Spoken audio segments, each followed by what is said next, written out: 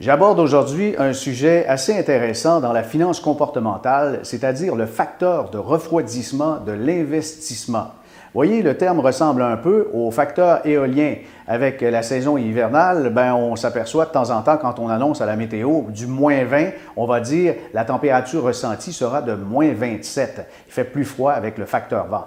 Il y a quelque chose de semblable avec les placements. Le ressenti, la perception psychologique est différente pour un rendement négatif versus un rendement positif, et ce pour un même montant d'argent. Je m'explique. Vous avez investi 200 000 $ et il y a un rendement positif de 10 %. Vous avez donc fait 20 000 $ en gain. La réaction normale est de dire « bof, c'est bien, je suis content ».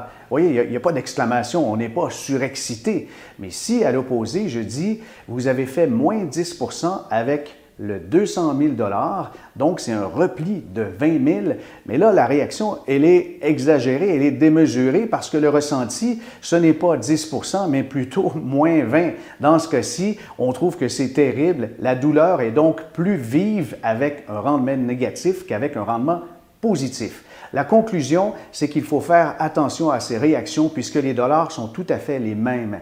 Les replis à long terme sont vraiment temporaires et les montées sont supérieures en quantité et aussi en impulsion dans le temps. Donc, on va faire du bon rendement si on reste investi à long terme, mais il faut se méfier d'abord de soi-même.